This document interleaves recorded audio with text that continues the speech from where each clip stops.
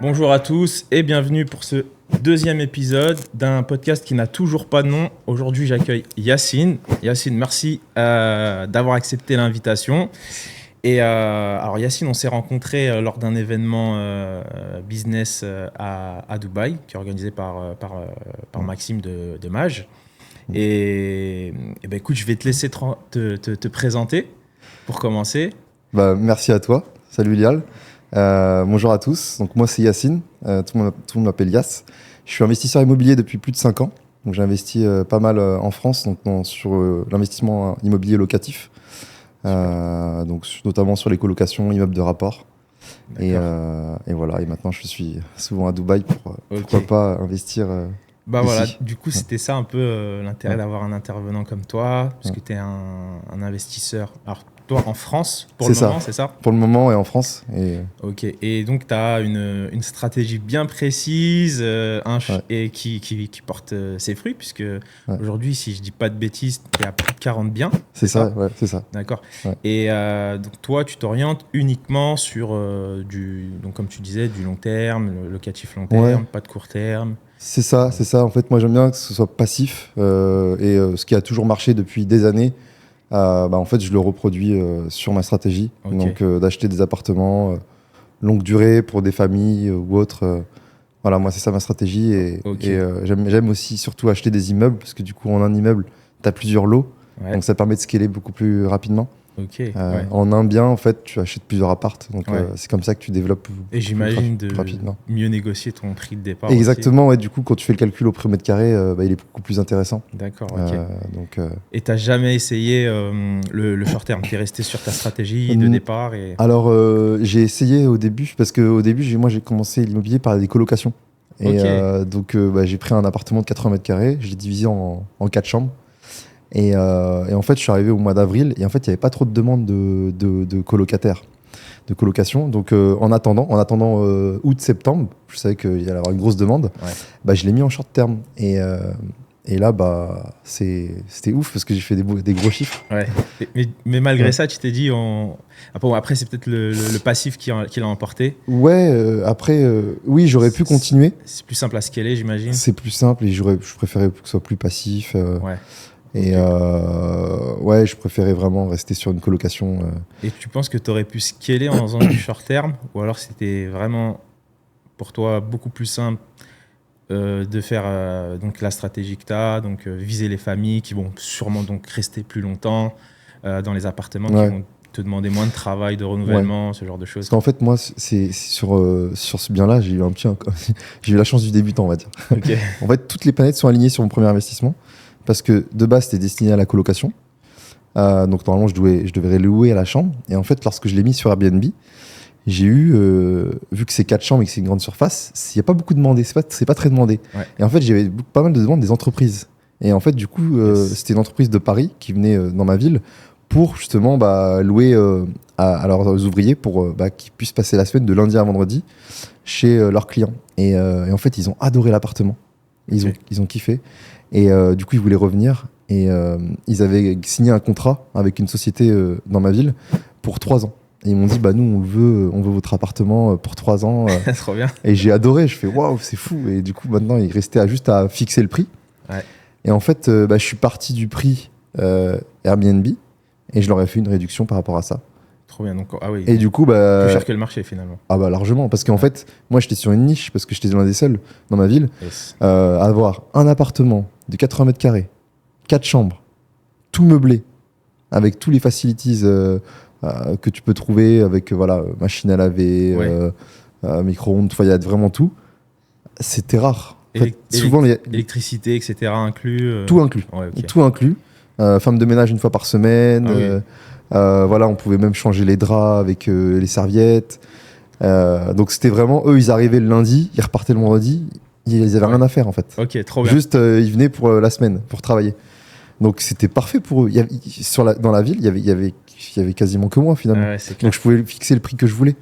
Ouais, tu vois. Donc j'étais sur une niche. Sans le savoir, j'étais sur une niche. Donc là, tu t'es dit. Et ça, c'était dans quel secteur ? C'était dans la région centre. Région centre. Et là, t'es bien actuellement, c'est. Moi, j'ai commencé par les colocations dans la région centre, dans la Touraine, et ensuite, je suis parti sur des immeubles de rapport dans le nord de la France. parce que tu connaissais ces secteurs-là en particulier ou alors non. comment tu choisis tes Bah, secteurs? après, en fait, je me suis rendu compte que c'était une zone très rentable, le nord de la France, Ok. parce que le prix est assez bas et la demande locative est énorme. Il y a beaucoup de locataires. D'accord, Donc forcément, ça fait une Ouais. bonne rentabilité, c'est même ça. même en long terme. D'accord. Donc aucun bien sur Paris, Non, aucun bien sur c'est pas Paris. ta strat. Ouais, c'est ça. Ouais. Parce que moi le but d'investir dans l'immobilier, c'était vraiment d'avoir des revenus passifs, on va dire, entre guillemets, Ouais. et d'avoir une aisance financière, Ouais, ouais. d'avoir du cash flow qui tourne tous les mois, tous les ans, enfin, Ok. et d'avoir... Et c'est justement comme ça, parce que j'imagine qu'il faut quand même derrière avoir des bonnes métriques à présenter aux banques pour pouvoir ramener Ouais. 40 appartements et scaler Ouais, jusqu'à... Ouais, bah après, tu commences petit. Hein. Tu Ouais, commences c'est sûr. par un premier appart, après un deuxième, et puis tu commences à bien présenter. Ouais, moi, j'ai tout un business plan où je leur montre voilà, ma situation financière avec Ouais. mon épargne, mon salaire, une partie projet, business plan, donc combien je l'achète, Mhm. avec le prix, l'estimation des travaux, le Ouais. prix de la location, l'estimation des loyers, enfin, voilà, tout un truc vraiment Tu- assez précis. Tu te diriges systématiquement sur des biens qui ont besoin d'un rafraîchissement ou d'un peu de travaux ou alors pas forcément?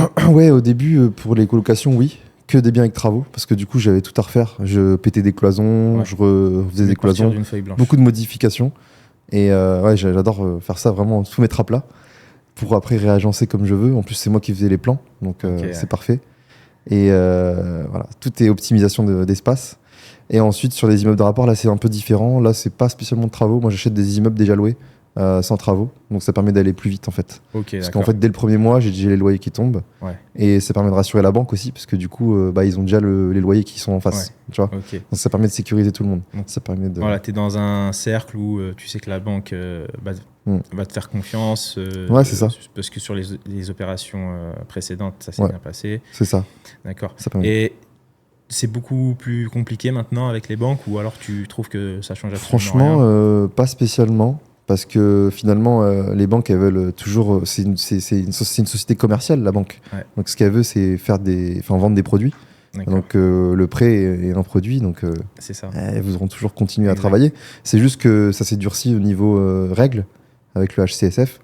Et aussi, bah, les taux, forcément, vu qu'ils sont plus élevés, c'est Ouais. plus. Ta capacité d'endettement, elle est beaucoup moins importante. D'accord.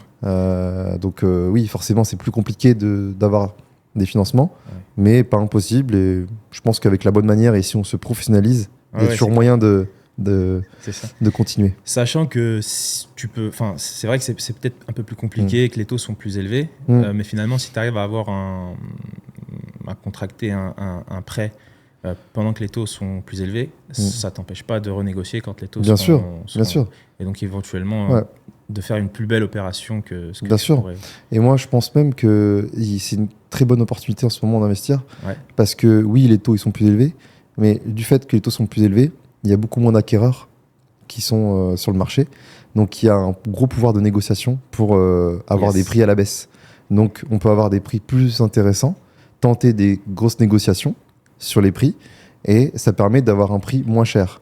Et de toute façon, dans tous les cas, plus tard, on pourra toujours renégocier le taux lorsqu'il sera à la baisse. Donc, je pense qu'il y a une bonne fenêtre de tir là en ce moment, très intéressante, de pouvoir acheter un bien pas trop moins cher que le marché en négociant, vu qu'on n'est pas beaucoup d'acquéreurs. Ouais, c'est ça. Et ensuite, de pouvoir renégocier le taux par la suite. Et tu remarques qu'il y a beaucoup plus d'investisseurs professionnels, entre guillemets, que d'investisseurs particuliers je pense qu'il y a de tout, mais c'est vrai que là, avec les taux bas qu'on a eu ces dernières années, à 1%, même des taux à moins de 1%, ça a ouvert la porte à plein d'investisseurs amateurs, on va dire. Ouais. Ça a fait exploser le marché, ça a fait une bulle finalement. Ouais, forcément. Et donc, c'était ouvert, ils ont ouvert les vannes au maximum. Et là, du fait que les taux remontent, on va dire que ça corrige et on va dire on revient à un cycle à peu près normal. Donc, moi, limite, je préfère, tu vois. Ouais, je préfère. Rien, tu préfères Ouais, finalement. bah oui, parce que ça stabilise le marché. Et là, en fait, les investisseurs qui restent sur le marché, c'est vraiment des professionnels et ils savent vraiment ce qu'ils font avec les bonnes métriques. Ça permet de se positionner sur des biens sans qu'il y ait de la spéculation énorme sur un bien. Enfin, on arrive à un cycle à peu près normal. Et là, on va dire ceux qui restent, c'est vraiment les professionnels de l'immobilier. Ouais. Donc là, on voit bien la différence entre quelqu'un qui s'est professionnalisé, qui connaît le marché et qui va tirer d'un désavantage, d'un inconvénient, finalement, un avantage. Ouais. Et tu vois, ou même au contraire, tu préfères faire ce Ouais, genre ouais, bien sûr. d'investissement. Ouais. Et j'ai vu que justement, toi, tu accompagnais des gens sur ça, tu coachais les gens. Tu peux nous en dire plus sur ça? Ouais, exactement. Ouais. En fait, vu que je me suis construit un gros réseau d'investisseurs autour de moi pour justement s'entraider, partager, etc., j'ai aidé beaucoup de gens gratuitement comme ça. Enfin, je donne beaucoup de conseils. Moi, j'aime transmettre et c'est dans la continuité de mon parcours finalement, vu que je me suis construit une expertise sur ce domaine avec la force pas la force des choses, avec l'expérience. Et du coup, au bout d'un moment, on m'a demandé vraiment un suivi très complet sur l'investissement, sur comment trouver un bien rentable, le financer, estimer les travaux, etc. Enfin, toute la phase jusqu'à acheter ce bien rentable. Ouais. Et donc, c'est là où je me suis dit, pourquoi pas en faire un accompagnement. Et ça s'est fait naturellement. Et j'ai commencé à aider 1 personne, 2 personnes, 3 personnes. Et petit à petit, j'ai enchaîné. Donc là, maintenant, j'accompagne les personnes à investir dans l'immobilier. Soit sur des... Ça dépend. En fait, je prends la situation de la personne. Et en fait, en fonction de 2 critères, en fonction de sa situation et de ses objectifs, je définis une stratégie. Et ensuite, on va ensemble pour justement trouver ce bien et aller jusqu'au financement pour qu'il ait les clés finalement. D'accord, donc c'est de l'accompagnement suivi. Exactement. Okay. C'est ça. Très bien. Ouais. Et parce que moi, c'est vrai qu'on m'a demandé pas mal de fois de coacher des gens ici. Ouais. J'ai toujours pas fait le pas. D'ailleurs, c'est beaucoup plus des anglophones qui me contactent avec cet objectif d'être coaché contre rémunération. Ils ont le mindset mentoring, tu vois. Bien sûr. Les Français, c'est un peu plus différent. Et j'ai jamais passé le cap pour différentes raisons. Déjà, parce que du coup, quand tu rajoutes à ta palette d'entrepreneurs un élément qui va te prendre autant de temps, il faut s'organiser. Et deuxièmement, en fait, c'est vrai qu'à un moment donné, à force qu'on te demande beaucoup de valeur et de partager ça, tu dois vraiment t'organiser. Tu te dis que, OK, là, on veut un coaching, les gens veulent me rémunérer pour ça. Il faut absolument que je me pose et que je prépare quelque chose de bien carré, etc. Toi, est-ce que tu as fait le switch assez naturellement? Est-ce qu'il y a un moment donné sur lequel tu t'es dit, OK, là, j'ai vraiment les compétences pour pouvoir accompagner et coacher des gens sans risque, entre guillemets, parce que ça reste un risque. Au début, quand tu le prends pour toi, tu t'essuies les patins, mais bon, après 40 transactions, j'imagine qu'on est rodé. À quel moment tu t'es dit, OK, c'est bon, là, je vais faire de l'accompagnement, je vais coacher? Moi, en fait, je faisais ça, c'est plus un bonus en plus pour moi. C'est-à-dire que c'était pas une activité principale. C'est-à-dire que moi, je continuais mes investissements et en parallèle, j'avais 1 ou 2 personnes. C'est-à-dire que je voulais pas scaler sur une dizaine ou plus. Ouais. Donc, je faisais quasiment 1 ou 2 personnes simultanées, pas plus. Comme ça, j'avais vraiment un suivi de qualité et j'organisais mon temps sur, on va dire, 1 visio par semaine. Et disponible sur WhatsApp H24 s'ils ont des questions. Okay. Donc la transition, on va dire, je l'ai pas trop ressenti. C'est comme si j'ai aidé un ami et du coup j'étais disponible assez facilement et je pouvais par exemple il m'envoyait un bien, je pouvais lui dire si c'est un go no go, fais attention à ça assez rapidement. Voilà, on s'envoie des vocaux. Donc on va dire que ça s'est fait assez naturellement. Okay. Et j'ai pas voulu scaler tout de suite. Justement, je me suis laissé le temps de voir un peu comment ça se passait et de faire mes preuves, de tester, on va dire, cette formule d'accompagnement. Ouais. Et maintenant que voilà, j'ai au moins plus de 2 ans d'expérience dans ce domaine-là, là, de le scaler d'un point de vue beaucoup plus professionnel, c'est beaucoup plus fluide finalement. D'accord. Donc de passer par une étape transitoire pour aider juste 1 ou 2 personnes comme ça, c'est pas mal du coup pour comprendre déjà le besoin. Okay.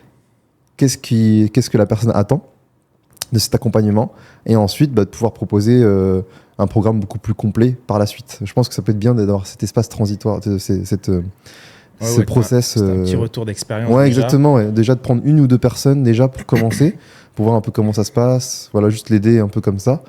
Et ensuite, t'as une meilleure compréhension de ce que la personne veut.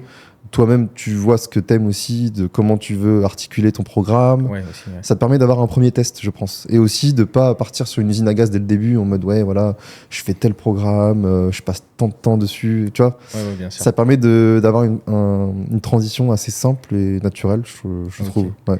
Et du coup, est-ce que tu t'intéresses à t'as d'autres sources d'investissement que l'immobilier? Est-ce que c'est vraiment sur ça que tu as le focus? Non, ouais, je suis focus aussi sur les marchés financiers. Ok. Parce que moi, c'est marrant, parce que pour la petite histoire, c'est que moi, je suis tombé dans l'immobilier avec les crypto-monnaies. D'accord, ok. Ouais, c'est marrant, mais ouais, j'étais juste, je commençais déjà à investir dans les cryptos en 2017. Ouais. Et ensuite, bah, j'avais fait x10 sur mon portefeuille. Et là, en fait, ça m'avait retourné le cerveau. Je fais, waouh, c'est la folie, ce truc. Ouais. Et après, bah, comme toute bulle, ça se crache, mais comme jamais, du jour au lendemain. Donc, est-ce que tu as fait un x10 que tu as réussi à sécuriser ou alors en Bah fait, non. tu as pris non. une perte? Non, parce que, alors, j'ai pas pris de perte, j'étais toujours gagnant, Ok. mais j'avais plus le x10. Ouais. Parce qu'au début, t'es débutant, tu connais pas trop les marchés financiers. Ouais. Donc, tu te dis, ça va aller to the moon, ça va aller encore plus haut. Et tu te dis, ouais, c'est un truc de fou. Et après, tu te dis, ah ouais, mince, en fait, j'ai loupé quelque chose. Ouais. Et c'est après que j'ai commencé à me former. Je me suis formé sur le trading, sur les marchés financiers. Et de fil en aiguille, je suis tombé sur des contenus immobiliers. Et je trouvais que c'était beaucoup plus safe, beaucoup plus secure. Donc j'ai continué à investir sur les crypto-monnaies. Ouais. Mais je me suis vraiment mis à 100% sur l'immobilier. Voilà. Ok. Et donc c'est pour ça que depuis ce moment-là, je continue toujours à investir sur les marchés, donc crypto. Et ensuite, je me suis diversifié aussi sur les actions à dividendes. Parce que aussi, moi, en fait, j'aime tout ce qui est investissement passif, tu vois. Ouais, je comprends. Vraiment, moi, je suis sur le temps. En fait, moi, ma valeur, c'est le temps. Ouais. Et le fait d'avoir un actif qui travaille pour moi, j'aime ça, en fait. Moi, quand je me suis lancé dans l'investissement, je me suis toujours dit, c'est pas pour être riche, c'est pour avoir une liberté financière, de pouvoir faire ce que je veux, de pouvoir voyager. Moi, j'adore voyager, j'adore rencontrer des gens, je suis dans l'humain, je suis dans les expériences, je suis pas dans le matériel. Et le fait d'avoir un investissement qui tourne pour moi, pour avoir du temps, bah moi j'adore ça en fait. Donc l'immobilier, c'est un effet de levier de fou. C'est clair. Les marchés financiers, pareil. Donc je me reconnais pas mal dans ce que tu dis. Ouais. D'ailleurs, j'ai vu que ton Instagram, c'est Yas Traveler. N'hésitez pas à aller le suivre. Il y a beaucoup d'éléments intéressants qui sont partagés.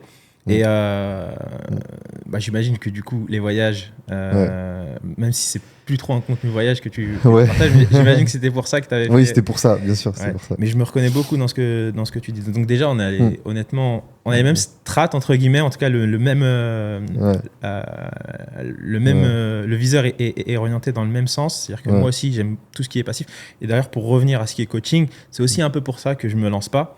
Parce que je trouve que ça peut être un peu chronophage et me défocus dans mon objectif finalement. Mais bon, pourquoi pas un jour tester. On avait parlé un peu, je crois que tu avais dit, pour la formation et tout. Mais pareil, ça c'est. Mais effectivement, je suis un peu exposé sur le marché crypto. Mais contrairement à beaucoup de personnes à qui j'ai parlé, moi, mon portefeuille, ça représente moins de 10% de mes actifs, tu vois. Parce qu'ici, je rencontre des gens qui sont full crypto et donc, même s'ils se sont mangés des bear market, ils sont encore exposés à mort, tu vois. Ça leur fait vraiment pas peur. Mais c'est-à-dire que c'est même pas la peine de leur parler d'immobilier. C'est-à-dire que, tu vois, tu parlais de x10, on parle de personnes qui ont fait peut-être des plus-values vraiment beaucoup plus impressionnantes. Ah bah oui, bien sûr. Aussi des moins-values beaucoup plus impressionnantes. C'est sûr. Mais malgré tout, je pense que cette adrénaline, il y a un truc qui fait qu'il y a une adrénaline et puis une passion aussi, parce que mine de rien, il y en a qui sont passionnés par ça. Et du coup, je trouve ça hyper dangereux de ne pas diversifier ses... pour moi, la clé, c'est la diversification. On est d'accord. Pour moi, il faut vraiment avoir de tout. Moi, je sais que mon portefeuille, je veux qu'il soit diversifié de tout.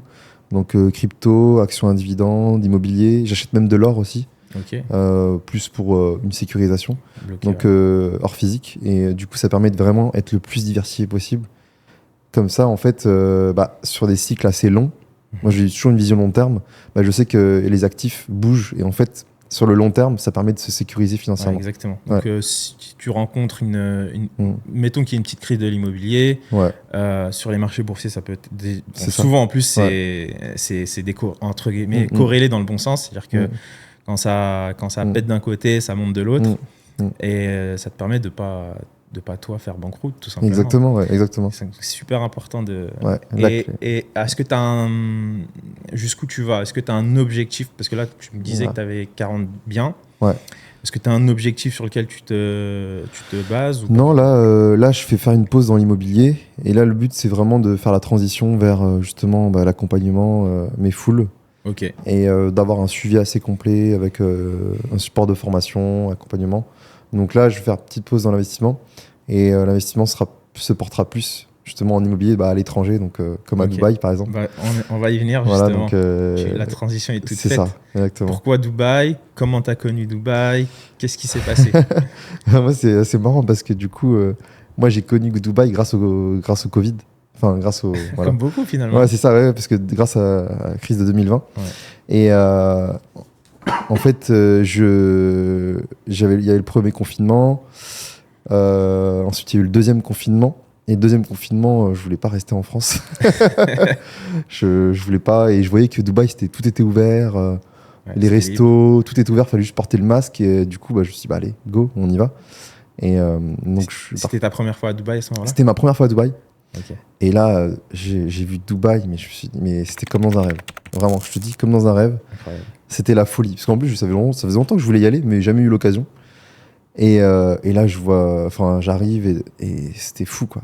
Est-ce que tu partais avec des a priori comme beaucoup ou non. Pas du tout. Ah, pas du tout. Ouais. Ah non, moi, pas du tout. Non. Ouais, toi, t'étais convaincu même à moi, distance. je savais que j'allais adorer. Je savais. Ah oui, top. Parce que c'est marrant, parce que pour la petite histoire, il y a déjà au moins, je sais plus, 15 ans, 20 ans, je sais plus, quand j'étais au lycée, je crois, j'étais assez jeune. Et ben, je sais plus pourquoi, j'en parlais à mon père, il a été au Bourget, en fait, il y avait le salon. Et en fait, il y avait des stands qui parlaient de Dubaï, mais en fait, c'était très peu connu à l'époque. Okay. Et il y avait des prospectus, il me disait, ouais, voilà, tu peux investir à Dubaï, etc. Ah ouais? Ouais, il m'avait ramené un prospectus, je me rappelle, de Dubaï. Je sais plus quand c'était, peut-être en 2008 ou en 2007, je sais plus, il y a très longtemps. Il m'avait dit, ouais, tout le monde va travailler là-bas. Parce que moi. Il a vu l'opportunité. Hein. Ouais, il avait vu l'opportunité. Il me dit, ouais, il faut que tu ailles travailler là-bas. En plus, je pense, ingénieur, il cherche des ingénieurs et tout. Ouais. En plus, voilà, tu parles anglais, tu pourras parler arabe, voilà, tu vois. Et il m'avait parlé de ça, il m'avait parlé de Dubaï. Et c'est trop marrant. Du coup, c'est resté dans ta tête. C'était resté dans ma tête toujours. En positif, puisque finalement. En positif. Ouais. Et ce qui est fou, et ça c'est dingue, j'avais aussi sur mon PC, j'avais des fonds d'écran, des buildings de Dubaï, de la marina. Incroyable. Ouais, c'est ça qui est dingue. Et le Burj Khalifa, il n'existait même pas. C'était écrit. Ouais, c'était limite écrit. Ouais. J'avais des fonds d'écran sur mon PC de Dubaï. Ouais. Et je voyais ça, je fais waouh, ça a l'air ouf et tout. Ouais, c'est fou. C'est pourquoi je te pose la question, forcément, parce qu'il y en a plein qui arrivent avec des a priori. Oui. Et bon, là, je pense qu'il y a 1 million de podcasts qui l'ont dit, redit, et puis finalement, tu vois, moi, j'en ai dans ma propre famille. Hein, tu vois, j'ai mon beau-frère qui avait un peu d'a priori. Il est venu là, en ce moment, il est là. Il est venu faire une petite visite.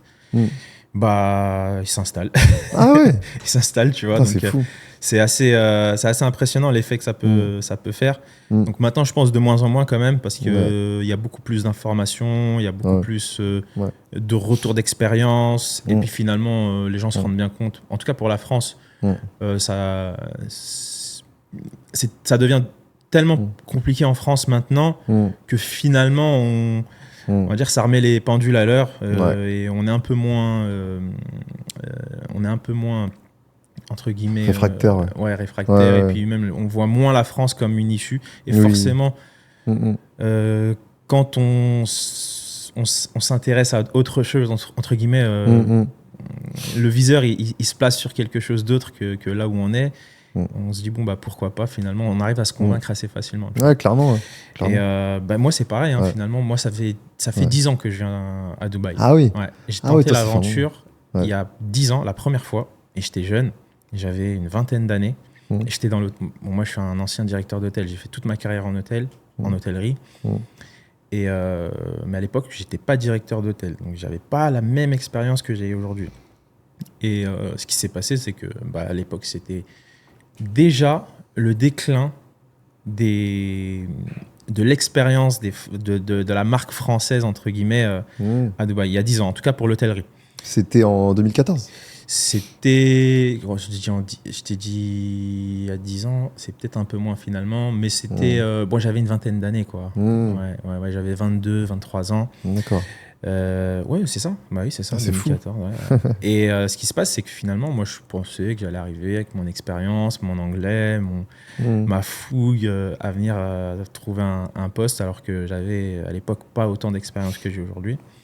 Mais finalement, déjà, les Français en hôtellerie, c'était quasi fini, entre guillemets. Les Indiens sont à tous les postes. Hein. Souvent, on parle des Indiens en pensant que c'est que des workers, que des ouvriers ici, mais il y a aussi il y a une classe moyenne et une élite même. Il y a toutes les classes. Ouais, il y a toutes les classes. Ouais. Et d'ailleurs, aujourd'hui, quand tu regardes, franchement, la majorité des postes de general manager dans les gros hôtels, même 5 étoiles et tout, sont pris par des Indiens, quelques Égyptiens, et puis après des anglophones. Ouais, c'est vrai que j'ai remarqué ça aussi. Ouais.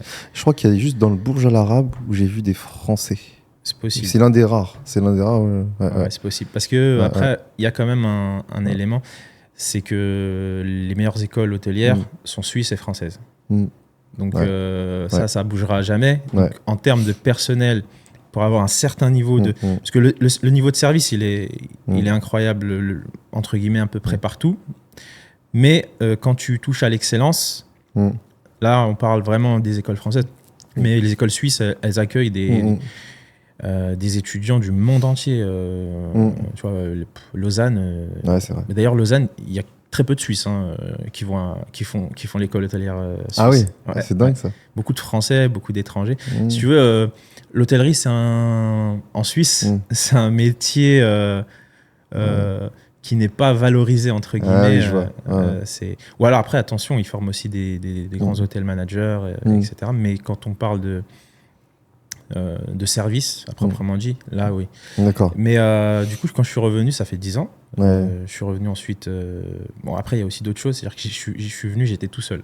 D'accord. Donc tout seul, c'est pas la même expérience. Et puis c'était la première fois que je venais à Dubaï. J'ai jamais été à Dubaï. Je me suis dit, je vais m'installer à Dubaï. Tu vois, j'ai fait la route. Comme ça. Comme ça. Bon, au bout d'un mois, je suis retourné en France. Je me dis, c'est peut-être pas le bon moment. C'est resté dans un coin de ma tête. Et force d'expérience, je suis revenu. Et finalement, je savais que j'allais monter ma boîte ici, parce que j'avais commencé à investir en immobilier à Dubaï. J'ai mis mes biens. Donc moi, je suis plutôt sur du short terme, donc comme tu le sais. D'accord. Voilà, moi, je suis en short terme. Et puis, ma boîte de gestion locative courte durée ici à Dubaï. Donc, après, c'est un peu différent, parce qu'en France, je sais que c'est pas les mêmes lois sur le short terme, c'est pas aussi facile qu'ici. Mais comme j'avais mon bien en gestion en France, à Dubaï, pardon, je me suis dit, mais attends, c'est quelque chose que je connais très bien, la gestion. C'est clair. Donc, je suis venu, j'ai monté ma structure ici, puis pas mal d'investisseurs que je connaissais, que j'avais rencontrés à Dubaï, ont commencé à me confier des biens. Puis après, là aujourd'hui, on est à plus de 70-80 biens. Sûrement à la fin du mois, on arrivera à 80. Et voilà, l'expérience. Ça s'est fait naturellement, Dubaï, finalement. Ça s'est fait naturellement, exactement. Mais du coup, alors, Dubaï, toi, on s'installe pas. Qu'est-ce qui se passe ? Moi, je suis souvent, là, ça fait déjà la 6e fois que je viens à Dubaï depuis 2020. Donc, j'y vais tous les 3 à 6 mois, on va dire. Je reste 2 semaines, 1 mois, ça dépend. Donc, je suis assez souvent et je t'avoue que De plus en plus. De plus en plus, je me dis que je vais m'installer. C'est quoi t'as des attaches? Il y a quand même des attaches en France. Et surtout, d'un point de vue immobilier, il faut que je structure toute l'organisation de mon parc. J'ai pas mal de choses à structurer. Mais une fois que tout sera structuré comme il faut, parce que mine de rien, clôturer. Ça demande quand même pas mal de présence. Pas tant que ça, parce que là j'ai un gestionnaire qui gère tout. Mais c'est plus d'un point de vue administratif. Il y a des sociétés à organiser avec les sièges. Il y a pas mal de choses, mais là c'est en train de se faire naturellement. Mais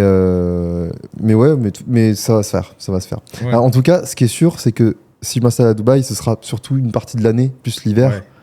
Et après, ce sera plus l'Europe l'été. Ouais, c'est l'avantage qu'on a quand on fait ce que toi ou moi on fait, hein, c'est-à-dire qu'on entreprend. Après, il y a de l'entrepreneuriat qui nous laisse plus de liberté que d'autres. C'est-à-dire que tu peux choisir vraiment de vivre là où tu peux, là où tu veux. Et c'est vrai que Dubaï, c'est en ce moment, même si la tendance est en train de changer, c'est-à-dire qu'il y a de moins en moins de gens qui partent l'été. Moi, je vois cette tendance parce que j'étais là l'été dernier et je peux te dire que j'ai pas vu de différence. Ouais, j'ai remarqué. C'était assez fou. Et puis, il se passe beaucoup de choses et encore beaucoup. Avant, c'était mort. C'est-à-dire qu'il se passait vraiment rien, tu vois. Mais là, il y a les investissements s'arrêtent pas. Les business s'arrêtent pas. Et tant mieux pour ceux qui ont investi dans des. Parce que tu vois, les restaurants, ce genre de trucs, etc. Tout est ouvert.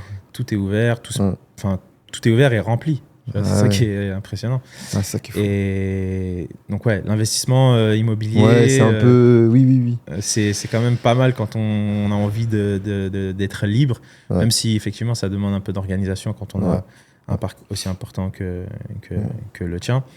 Et alors, il y a un truc également. Ah oui, ça c'est important, je voulais te poser cette question, parce que mine de rien, c'est aussi la raison pour laquelle tu es autour de cette table, c'est que.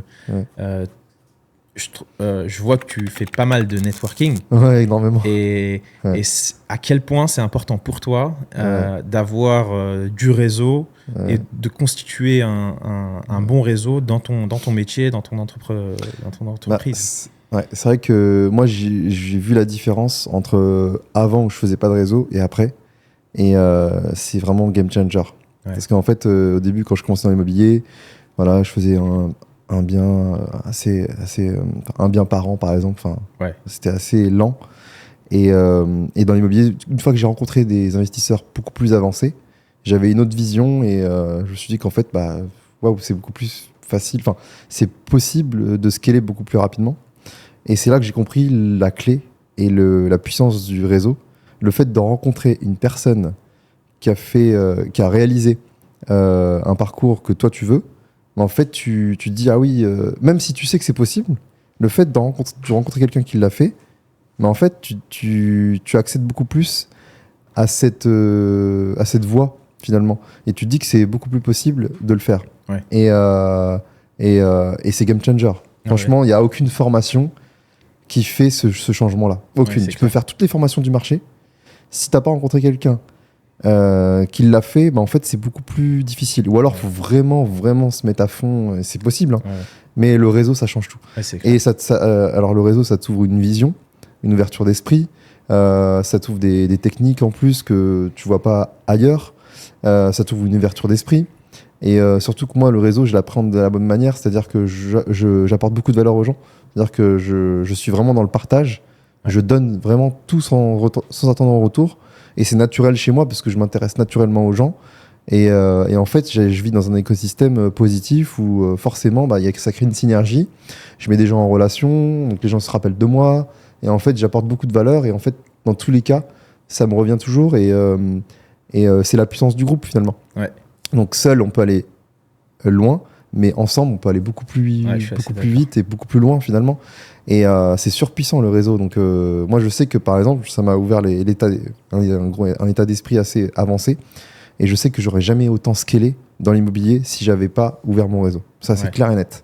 Est-ce qu'il y a un élément précis, par exemple, un exemple que tu peux me donner sur cette rencontre a été un game changer ou alors c'est vraiment du compte-gouttes à chaque fois?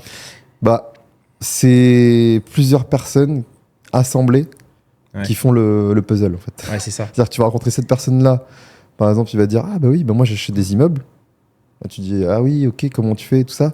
Alors que moi j'achète que des appartements classiques. Après tu en rencontres un autre, tu dis ah oui, moi j'achète des immeubles, oui mais plus là, ou alors plus avec ces stratégies-là, plus long terme, ou alors ah oui non moi je fais moins de travaux. Et en fait tu mets tout le puzzle. Et tu dis, ah ouais, en fait, moi, ce qui me correspond, c'est plus ça. C'est plus acheter des immeubles, enchaîner, sans trop de travaux, déjà loués. Et j'enchaîne comme ça, tu vois. D'où l'intérêt de quand on constitue son réseau, parce que mine de rien, ça reste un travail, de ne pas se dire, en fait, de ne jamais arrêter. C'est-à-dire que, bien sûr. Parce que si c'est ça va pas être. Bien sûr, il y a une rencontre qui peut être vraiment déterminante. Mais comme tu l'as dit, moi je le remarque aussi, c'est l'accumulation de petites rencontres, de petites discussions, d'événements, etc. qui font que effectivement, ça t'ouvre ton esprit. Tu vois aussi des fois des business ou des orientations de ton propre business qui sont totalement différentes. C'est-à-dire tu pensais même pas à ce business model-là alors que tu es dans le même métier des fois. Tu dis, ah ouais, c'est intéressant. Et ça peut être game changer. Alors comment tu fais ton réseau? C'est quoi tes techniques? Alors c'est vrai que j'assiste à pas mal d'événements, que ce soit séminaires, meetworking, after work, liés autour soit de l'investissement ou du business. Et du coup, le fait d'être présent et de rencontrer les gens et de pouvoir justement parler de mon parcours, de m'intéresser vraiment naturellement aux gens, en fait, forcément, je me crée mon réseau et à chaque événement, tu croises les mêmes personnes, etc. Et je t'avoue que c'est vrai que Paris, le gros avantage de Paris aussi, parce que je suis basé à Paris là, c'est que du coup, tu peux vite te faire un réseau assez rapidement. C'est vrai que c'est une ville quand même qui te permet de faire du gros réseau assez rapidement. Parce qu'il y a des événements assez souvent, des événements business en ligne ou alors investissement immobilier, enfin pas mal de séminaires ou de mastermind même. Et en fait, tu peux, à force d'assister à ces événements, en fait, tu vas revoir des personnes assez souvent et du coup, tu vas te lier d'amitié avec ces personnes-là. En fait, c'est les plus motivés finalement. Ceux que tu vois le plus souvent, c'est les plus motivés. Et en fait, plus tu es présent, plus on se rappelle de toi et plus tu fais partie des gens chauds finalement parce que tu es toujours là. Et moi, j'adore ça parce que j'adore rencontrer de nouvelles personnes, et j'adore m'intéresser à ce que chacun fait. Et ça te permet d'avoir une vision d'esprit, une vision assez libre. Et aussi, moi au début, j'ai commencé en fait à chaque événement. À chaque fois que je rencontrais une personne, en fait, je l'ajoutais à un groupe WhatsApp. J'avais créé mon groupe WhatsApp d'entraide. Et du coup, dès que je voyais que ça matchait niveau investissement, ambition, etc., je dis tiens, vas-y, si tu veux, on reste en contact, mais je te mets dans mon groupe WhatsApp. Et en fait, du coup, j'ai créé un groupe comme ça. Là, on est plus de 200 personnes dedans. Et c'est un super move. Que de l'entraide, vraiment que de l'échange. On se donne des tips. Et franchement, ce groupe-là, il vaut de l'or parce que des formateurs le feraient payer très cher, ce groupe, tu vois, par abonnement ou je ne sais quoi. Alors que là, en fait, c'est que la force du réseau et c'est dès que tu as une question, tu poses une question, on te répond. Il y a toujours quelqu'un qui a la réponse dans le groupe. C'est comme un mini mastermind, tu vois. C'est ça. Et réunir autant de personnes qui sont dans l'investissement ou dans l'entrepreneuriat à un seul endroit, donc des gens qui sont dans la recherche constante de se former, d'informations, etc. Mais c'est un condensé incroyable. C'est ça. Mais c'est clair. C'est un super concept d'avoir fait ça. Il y a pas mal ça ici à Dubaï aussi, mais je trouve que moi je suis sorti de pas mal de groupes parce que je trouvais qu'il y avait beaucoup plus de gens qui prenaient que ceux qui donnaient. C'est ça qui est pas vrai. Mais ce que tu disais, c'est vrai que moi, alors je pensais que c'était plus facile à Dubaï, honnêtement, et finalement alors c'est plus facile de faire des rencontres, mais tu vois, comme je te le disais un peu avec pareil pour les intervenants en podcast, finalement des fois tu te rends compte que c'est difficile de trouver des intervenants qui vont avoir parce que tout le monde veut tourner des épisodes. Bon, on contacte tout le temps, j'aimerais bien tourner avec toi et tout, mais pas pour m'inviter, mais pour que je les invite. D'accord, ok. Moi, ce qui m'intéresse, c'est d'avoir des gens qui ont des choses intéressantes à dire aussi. Bien sûr. Parce qu'on veut tous parler de ce qu'on fait, mais après, il faut aussi parler de choses intéressantes. Bien sûr. Et donc à Dubaï, effectivement, je trouve qu'il y a beaucoup plus de gens qui veulent prendre que donner. Tu vois. Ouais, mais c'est pas la bonne logique. Ouais, c'est pas du tout la bonne logique. Moi, je suis assez d'accord avec ce que tu disais. Tu vois, en plus, surtout que l'information, quand tu la donnes, tu la perds pas. Donc en fait, ça a un effet bénéfique. Et comme tu l'as dit, on se rappelle de toi. C'est-à-dire que tu vas aller à un événement, un deuxième, on va commencer à se rappeler de toi. Éventuellement, on va se rappeler que peut-être t'es la personne qui cherchait cette opportunité-là, donc on va te la proposer, tu vois. C'est ça. Ou alors, moi, on m'envoie tous les jours des investisseurs qui souhaitent faire gérer leurs biens, qui souhaitent faire du short terme. je fais quasiment pas de marketing. Hein. Bah oui, Tu c'est vois, ça, c'est moi, que ma du bouche à oreille. Ouais, elle a grossi. Honnêtement, j'ai fait une campagne pendant 1 mois. Mm. C'était une bonne campagne qui m'a apporté pas mal de leads et qui a été bénéfique en termes de conversion aussi. Mm. Après, j'ai juste fait mon choix en termes, parce que mine de rien, on passait beaucoup de temps Mm. à appeler ces leads-là pour rien, entre guillemets pour Oui. rien, parce que finalement, quand tu fais une campagne sur, je sais pas, sur 200 leads, tu vas convertir peut-être, si tu convertis 5%, déjà c'est énorme sur ce genre de choses. Et je me dis, mais 5% de les 95% de ce temps-là, en fait, Ouais. on convertissait beaucoup plus à faire, à répondre à la demande des gens qui nous contactaient en direct, tu vois. Donc finalement, j'ai totalement arrêté. C'est que de l'organique. Ouais, de l'organique, ouais, bouche à oreille. Que du bouche à oreille. Ouais. Et puis après, on a un réseau de real estate avec qui on travaille, qui sont vraiment beaucoup plus intéressés. Et donc, quand on nous contacte, c'est sûr et certain, derrière, on gère le bien, quoi. Ouais, c'est des gens qualifiés, finalement. Ouais, c'est ça. Ouais. Mais du coup, effectivement, avoir un bon réseau, même ici à Dubaï, pour moi, c'est la clé. C'est la clé, ouais. Peu importe ce que vous allez faire. Des fois, vous avez peut-être même pas d'idée, ou vous êtes juste intéressé par l'entrepreneuriat. Il y a beaucoup de gens qui, effectivement, vont vouloir venir s'installer ici et sans trop d'idées, ils vont commencer par ça, et c'est une très bonne chose parce que ça va vous ouvrir l'esprit sur des business. Et des fois, moi j'en vois des gens ici venir s'installer, ils ont une idée de business en pensant que ça marche en France, donc on va l'importer ici à Dubaï.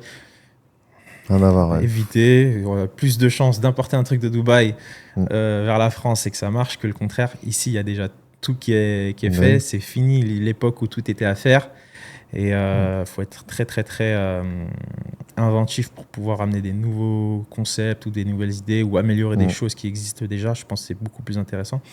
Mais du coup, voilà, first network. C'est ça. Et ensuite développer des choses.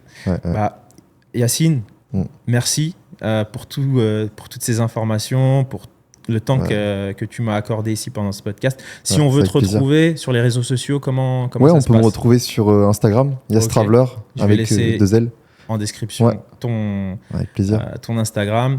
Donc toi, tu proposes des accompagnements en France, j'imagine ? C'est ça, ouais, en France. Et voilà, le but, c'est vraiment de pouvoir scaler sur l'immobilier, d'avoir un bon parc qui s'apprécie avec le temps.